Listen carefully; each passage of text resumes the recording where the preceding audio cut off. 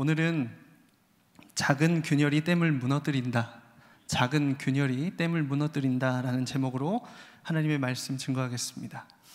여러분, 솔로몬 왕을 생각하면 무엇이 떠오르십니까?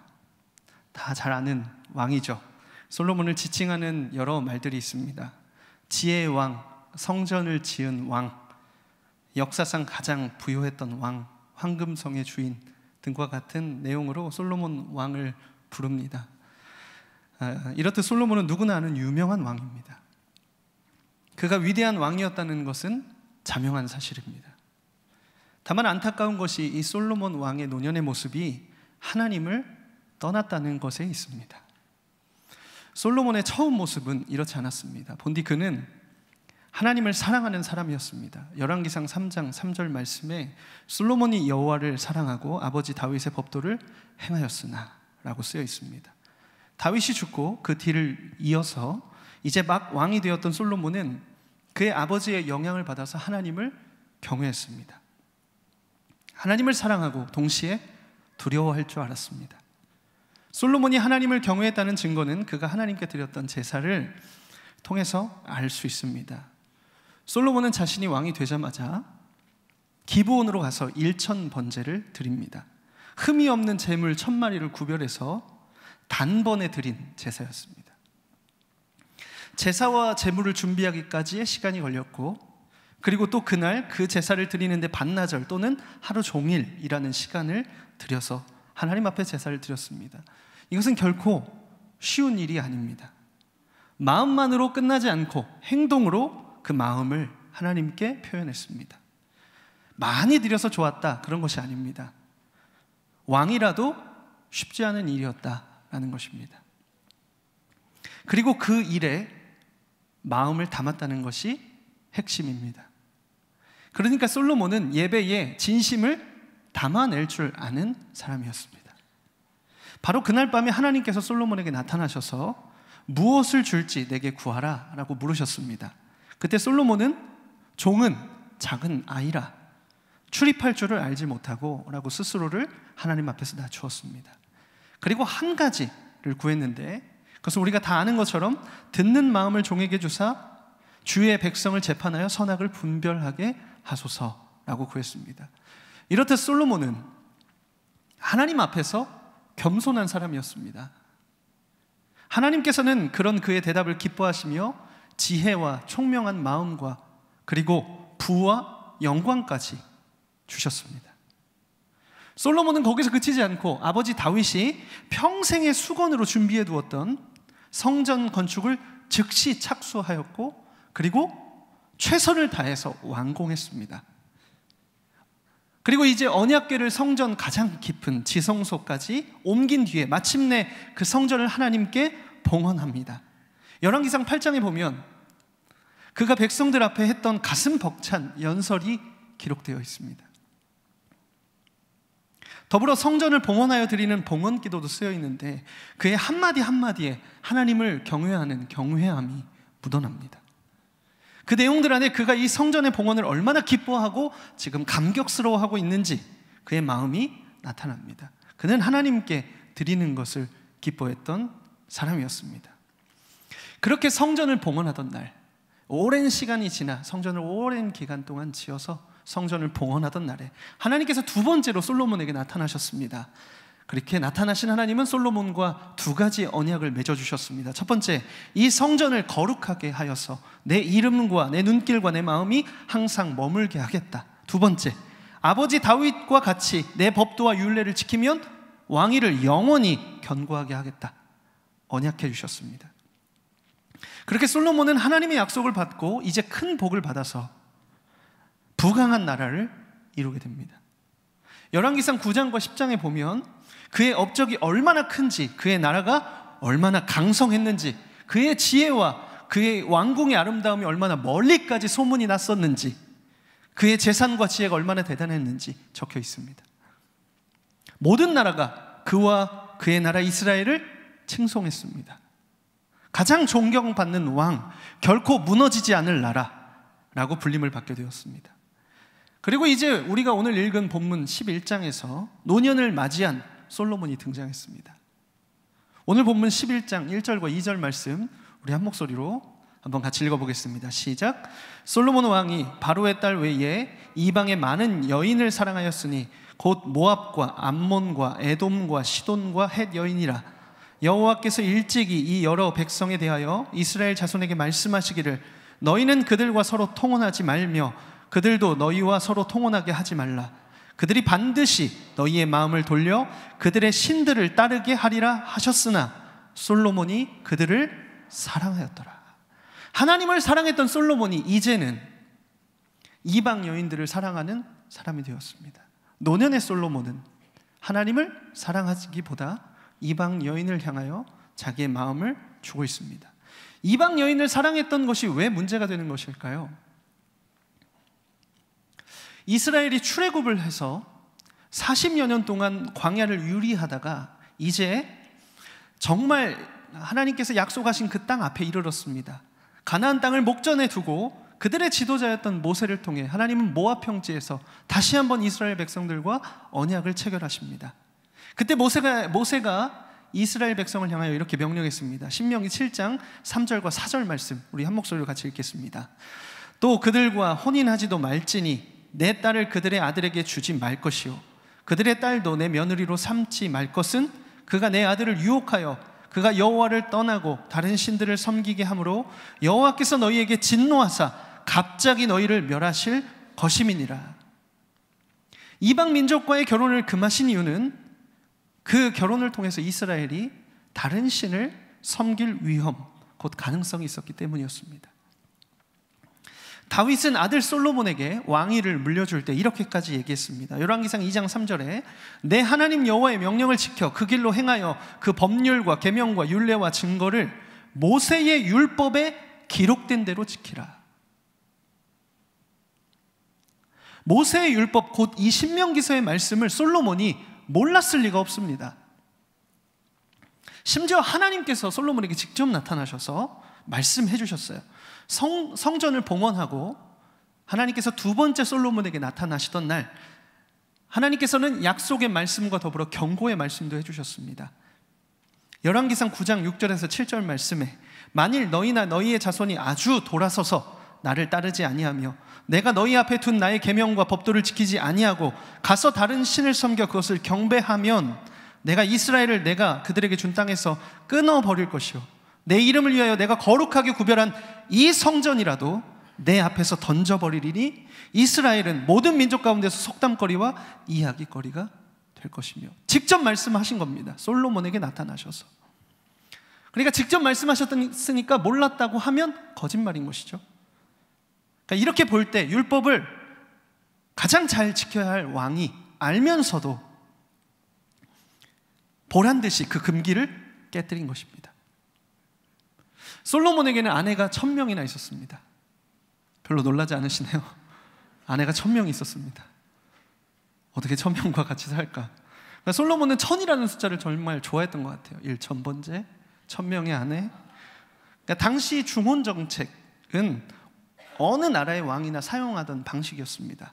이 정략 결혼은 전쟁을 피하게 하고 나라의 국력을 늘려갈 수 있는 가장 안전한 방법이었습니다. 그렇게 본다면 후궁이 700명이고 첩이 300명이었다는 것, 이것은 그의 권세가 얼마나 대단했는지를 나타내주는 지표였습니다. 이 숫자를 세상의 관점으로 볼 때는 그만큼 그가 강대한 국가를 이룩했다, 말년에 노년에 그가 얼마나 강대한 국력을 가지고 있는가를 나타내줍니다.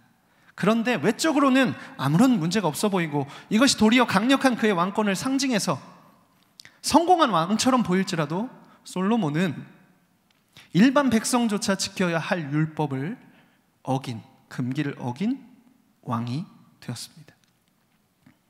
앞서 말한 것처럼 하나님께서 이방 여인들과의 혼인을 엄격하게 금하셨던 이유는 그 결혼이 그들의 신들을 인정하는 것이고, 인정하는 것 자체가 굉장히 큰 차이입니다.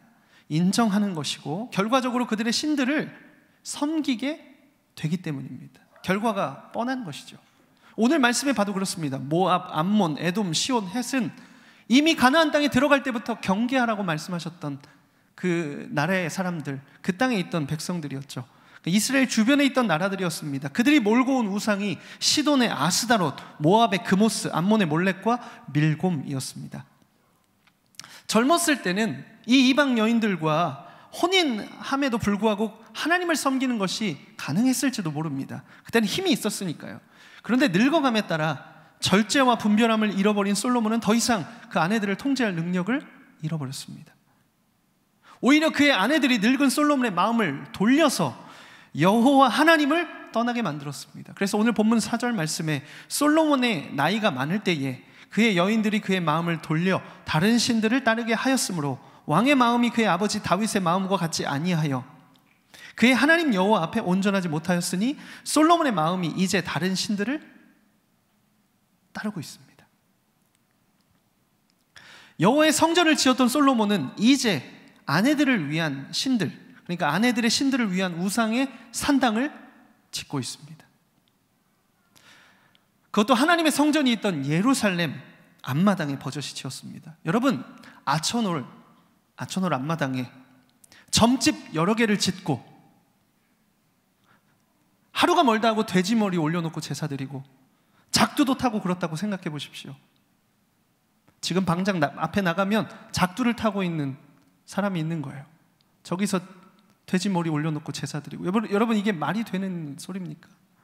이게 가능한 일입니까? 이게 얼마나 영적으로 무너졌으면 그런 일들을 행할 수 있는가? 이 이방 신들에게 드리는 제사는요, 여러분, 음란한 행위를 통해서 드리는 제사였습니다. 더 나아가서 인신 제사를 통해 제물을 바치는 제사였습니다. 솔로몬의 타락은 이제 그에게만 그치는 것이 아니고 온 백성에게 독버섯처럼 퍼져나갔습니다. 그 결과 온 이스라엘이 하나님을 떠났습니다. 영적 제방이 완전히 무너져 내린 것입니다. 저는 솔로몬이 갑자기 그렇게 됐다고 생각하지 않습니다. 이러한 일에는 반드시 원인이 있기 마련입니다. 그렇다면 하나님을 사랑했고 두려워할 줄도 알았고 마음을 다해 예배를 드릴 줄 알았던, 여호와의 성전을 건축하기 위해 전심전력하며 그 일을 기뻐하고 감격했던 솔로몬은, 그 솔로몬이 하나님을 떠나게 되었던 그 시작이 무엇이었을까요? 열왕기상 3장 1절 말씀에 이런 말씀이 나옵니다. 우리 한번 같이 읽어볼까요? 시작. 솔로몬이 애굽 왕 바로와 더불어 혼인관계를 맺어 그의 딸을 맞이하고 다윗성에 데려가 두고. 이 결혼의 시점은 솔로몬이 하나님께 일천번제를 드리기 전입니다. 그러니까 솔로몬이 왕이 된 바로 그 직후에 솔로몬이 정략 결혼을 한 것이죠. 우리가 다 아는 바와 같이 애굽은 이스라엘을 노예로 억압하던 나라였습니다. 그래서 이스라엘이 탈출해야만 했던 나라였습니다. 하나님께서는 모세를 통해서 후대의 왕이 세워진다면 그가 다시 이스라엘을 이끌고 애굽으로 돌아가지 못하도록 명령하셨습니다. 그래서 신명기서 17장 16절에 그는 병마를 많이 두지 말 것이요 병마를 많이 얻으려고 그 백성을 애굽으로 돌아가게 하지 말 것이니 이는 여호와께서 너희에게 이르시기를 너희가 이후에는 그 길로 다시 돌아가지 말 것이라 하셨음이며 라고 말씀했습니다. 솔로몬이 이 말씀을 몰랐을까요? 알았을 거라고 생각합니다. 그러나 왕이 되고 나서 여호와 하나님 앞에 나아가기 전에 정략 결혼을 먼저 한 것입니다. 당시 이스라엘은 아버지 다윗의 시대에 이미 강력한 국력을 가지고 고대 근동 지역을 정복한 그 지역의 패자였습니다. 그러니까 이전의 영광만 가진 채 약해진 애굽이 먼저 와서 이 전도 유망한 그 다음 세대의 솔로몬이라는 젊은 왕에게 화친을 목적으로 한 정략 결혼을 요구했을지 모릅니다. 정황상 그렇잖아요. 그러나 받아들이지 말아야 했습니다. 이 결혼으로 솔로몬의 마음에 작은 틈이 생겨났습니다. 이것이 바로 그 시작점입니다.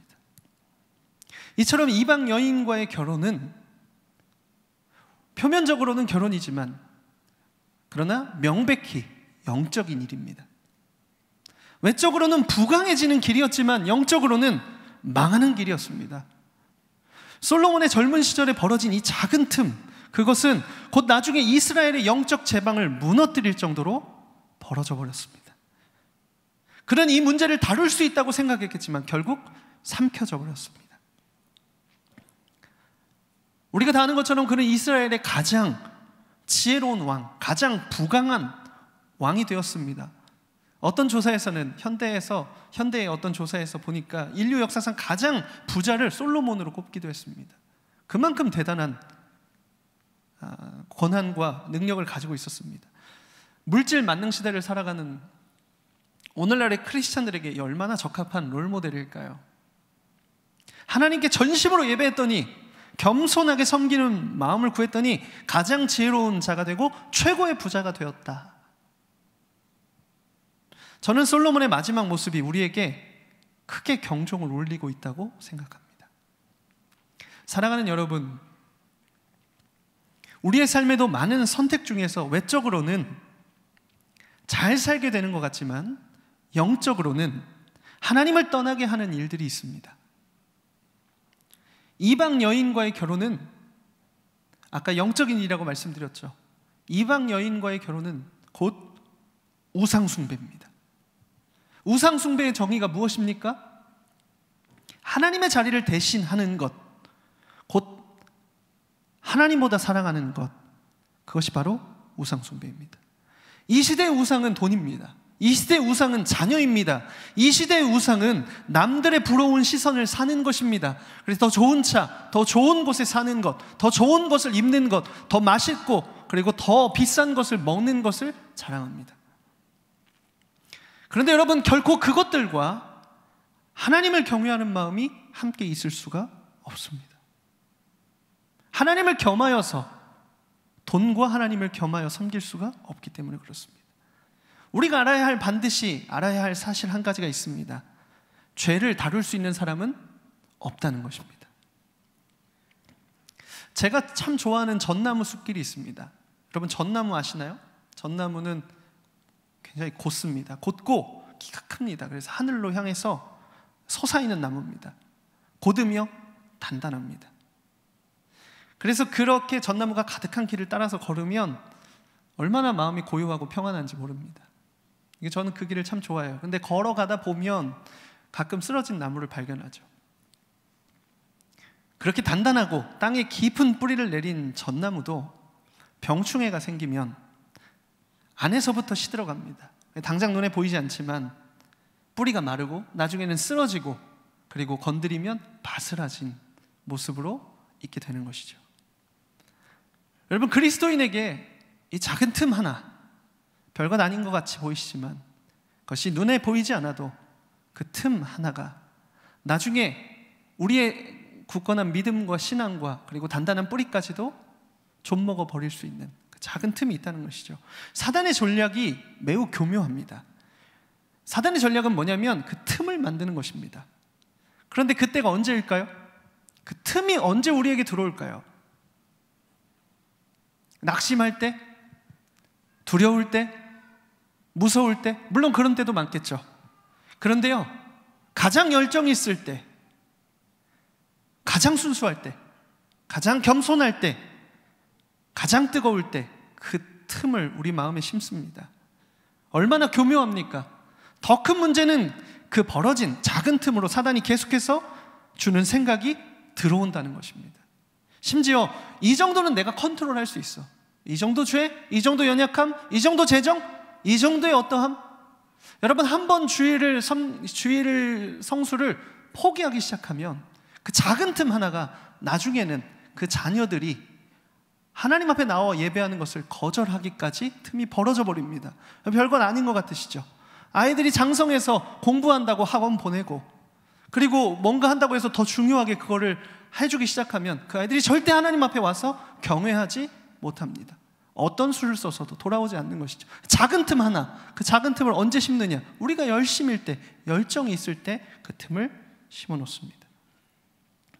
그것을 컨트롤할 수 있다고 하는 생각조차 사단의 전략입니다. 여러분, 그렇게 하다 보면 어느새 1000명의 이방 여인과 살고 있는 나를 발견하게 되는 것입니다. 죄의 공격은 무서우리만큼 집요합니다. 우리를 중독에 이르게 하고 하나님 없이도 살 수 있다고 믿게 만듭니다. 눈과 귀를 멀게 하고 이미 나의 경험과 지혜가 많아서 예전에 다 해봤다고 생각해서 아무리 앞에서 외치고 소리쳐도 들리지 않게 됩니다. 말씀을 들어도 잠깐 찔리고 말 뿐이지 결코 돌아서거나 회개하지 않습니다. 여러분, 그렇다면 우리가 해야 할 것은 무엇일까요? 그 틈을 찾아야 합니다. 어디서부터 시작되었는지를 발견하고 빨리 그 틈을 메워야 합니다. 우리가 신앙생활한 지 오래된 분들이 많이 계실 거예요. 여러분, 10대에 시작된 죄가 있습니다. 10대에 음란한 영상 하나, 그게 딱 마음에 심기면 거기로부터 벗어나는 건 죽도록 어렵지 않습니까? 돈에 대한 문제, 실패에 대한 경험, 관계에 대한 어떠함, 그거 하나가 딱 심기면 거기로부터 계속 그 생각이 우리에게 타고 들어와서 우리를 병들게 하고 넘어지게 하고 하나님보다 당장 눈앞에 있는 어떠한 것들을 붙잡게 만드는 그 틈 하나, 그게 언제 들어왔는지를 우리로 하여금 발견할 수 있어야 된다는 것이죠. 여러분, 20대에 들어온 생각도 있을 것입니다. 그렇게 살아오며 그 벌어진 틈으로 계속해서 사단이 틈타며 이제 그 틈이 균열이 되기 시작합니다. 튼튼하게 지어진 거대한 댐도 균열을 발견했을 때 메워야 돼요. 메우지 않으면 어떻게 됩니까? 그 물의 엄청난 압력에 밀려서 결국에 댐이 무너지고 터져버리는 것이죠. 우리가 반드시 자각해야 되는 사실은 영적인 제방이 무너졌을 때 나 한 사람으로 끝나지 않는다는 것입니다. 그 사람이 있는 가정이 영적으로 무너져 내립니다. 여러분, 목자 리더 한 명이 무너지면 그 목장, 소그룹 해체되는 것 순식간입니다. 여러분, 목회자 하나가 무너지면 그 교회 하나 흔들리는 것 순식간이죠. 공동체, 교회가 무너져 내리는 것입니다. 여러분, 지금까지 뜨겁게 신앙생활을 해왔던 동역자들 중에 믿음의 길에서 파선해서 더 이상 얼굴을 보지 못하는 사람들이 있지 않으십니까? 믿음도 신앙도 다 잃어버리고 하나님 그렇게 뜨겁게 찬양했던 사람조차도 그 자리를 떠나게 하는 그것이 사단이 우리 가운데 틈타는, 그래서 그것이 균열로 커져가는데, 만약에 내가 모르고 있다면 여러분, 그 틈을 찾아서 메워야 한다는 것입니다. 누군가는 이렇게 말할 수 있습니다. 이미 너무 많이 해왔는데, 너무 많이 와서, 너무 많이 멀어져서 돌이킬 수가 없습니다. 이미 나의 삶은 통제력을 잃었습니다. 시도해봤는데 안 됩니다. 이거 찾아봤더니 균열 수준이 아니에요. 이미 내 삶은, 내 가정은, 우리 교회와 공동체는 이미 댐이 무너져 버렸습니다. 여러분, 이렇게 완전히 낙담한 마음 가지고 계신 분 계십니까? 여러분, 포기하지 마십시오. 왜냐하면 하나님께서는 여전히 당신의 백성을 회복하고자 하는 의지를 가지고 계시기 때문입니다. 하나님께서는 당신의 백성이 돌이키기만을 기다리시는 분이세요. 역대하 7장 14절에 하나님께서 솔로몬에게 두 번째 나타나셨을 때 이렇게 약속해 주셨어요. 우리 한번 같이 읽어보겠습니다. 시작. 내 이름으로 일컫는 내 백성이 그들의 악한 길에서 떠나 스스로 낮추고 기도하여 내 얼굴을 찾으면 내가 하늘에서 듣고 그들의 죄를 사하고 그들의 땅을 고칠지라. 이미 그렇게 될 줄 아시고 약속해 주신 것입니다. 여러분, 돌이켜야 합니다.